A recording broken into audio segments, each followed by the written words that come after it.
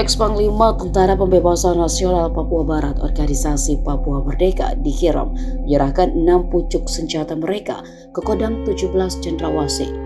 Pangdam 17 Cendrawasih Mayor Jenderal TNI Muhammad Saleh Mustafa mengatakan penyerahan itu membuktikan dari Kabupaten Kirem, Papua bisa damai. Senjata tersebut merupakan hasil penggalangan ex-Panglima OPM Dikirem Lambert Pakikir. Lambert mengklaim pihaknya saat ini sudah membuat Kirem damai dari jauh berbagai gangguan. Menurut dia, hal tersebut dilakukan karena Kirem sebagai tempat di mana awal sejarah lahirnya perjuangan Papua Merdeka.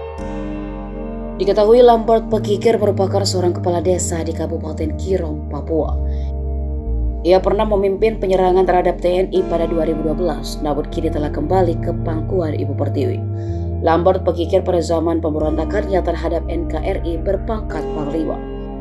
Dilansir dari tribunpapua.com, Lambert mengisahkan awal mula dirinya bergabung dengan OPM pada media 1993. Saat itu, kata Lambert, dirinya langsung diangkat menjadi Kepala Senat Pemerintahan Papua Barat di wilayah Great Waris. Great Waris adalah perbatasan antara Provinsi Irian Jaya yang kini Papua dengan Papua Nugini.